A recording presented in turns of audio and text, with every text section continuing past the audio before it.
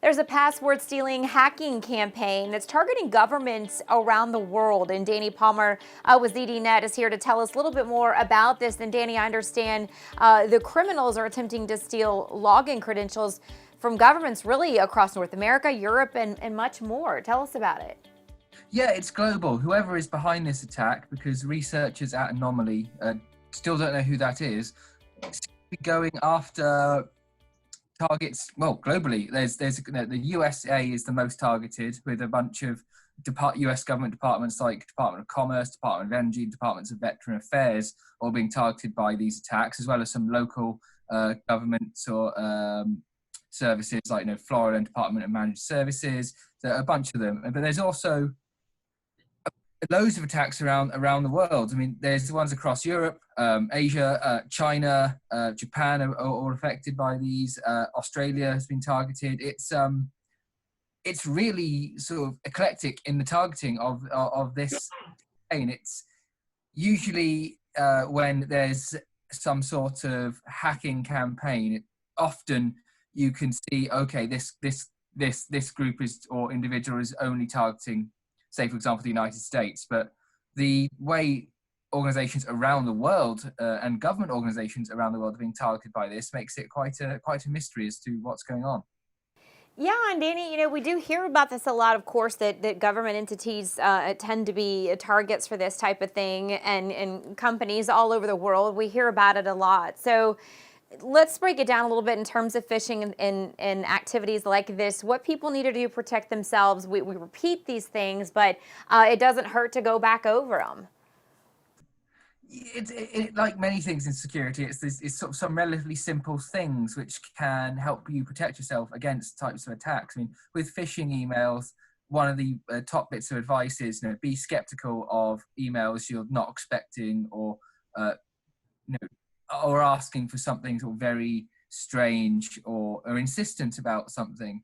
The email lures in this case are really sophisticated. I mean, in each of the cases of the 22 organizations across the world which have been targeted, the attackers have made up a fake version of the website that the government department uses, and they've made documents and email lures which look official, often asking about things like procurement, I guess things you could call sort of the dull work behind government, but the sort of things that people in government will be paying attention to. So if someone in the Department of Transportation is asked, oh, can you click this link to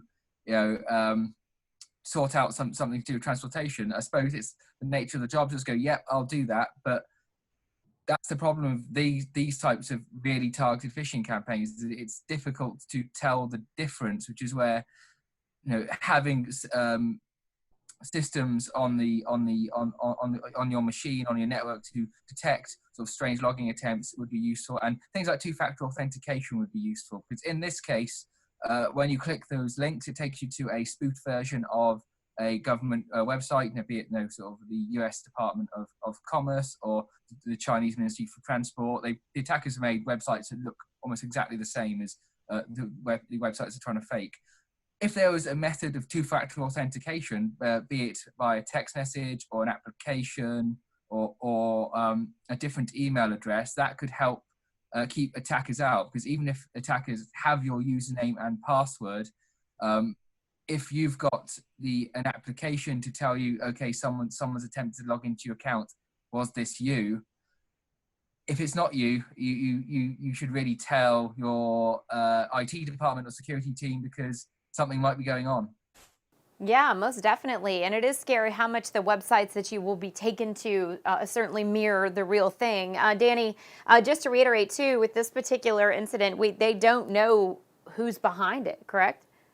No, the researchers haven't come to any conclusions as to who might be behind this. The only thing that can be said is whoever is behind it is obviously taking a lot of time and effort to conduct the attacks. I mean, it's ultimately still not sure why these details are being stolen.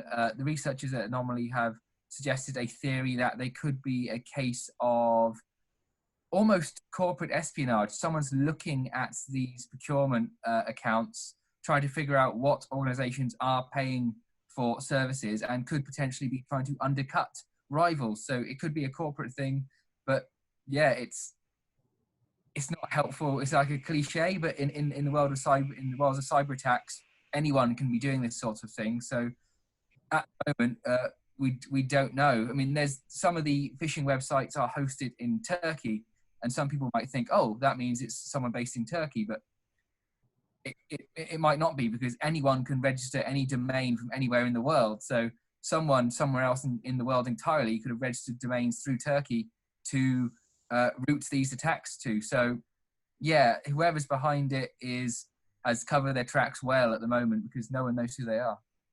Yeah, certainly sounds like it. All right, Danny. Well, we appreciate the information there. And to learn more, make sure you read Danny's full article on ZDNet. Thanks for watching.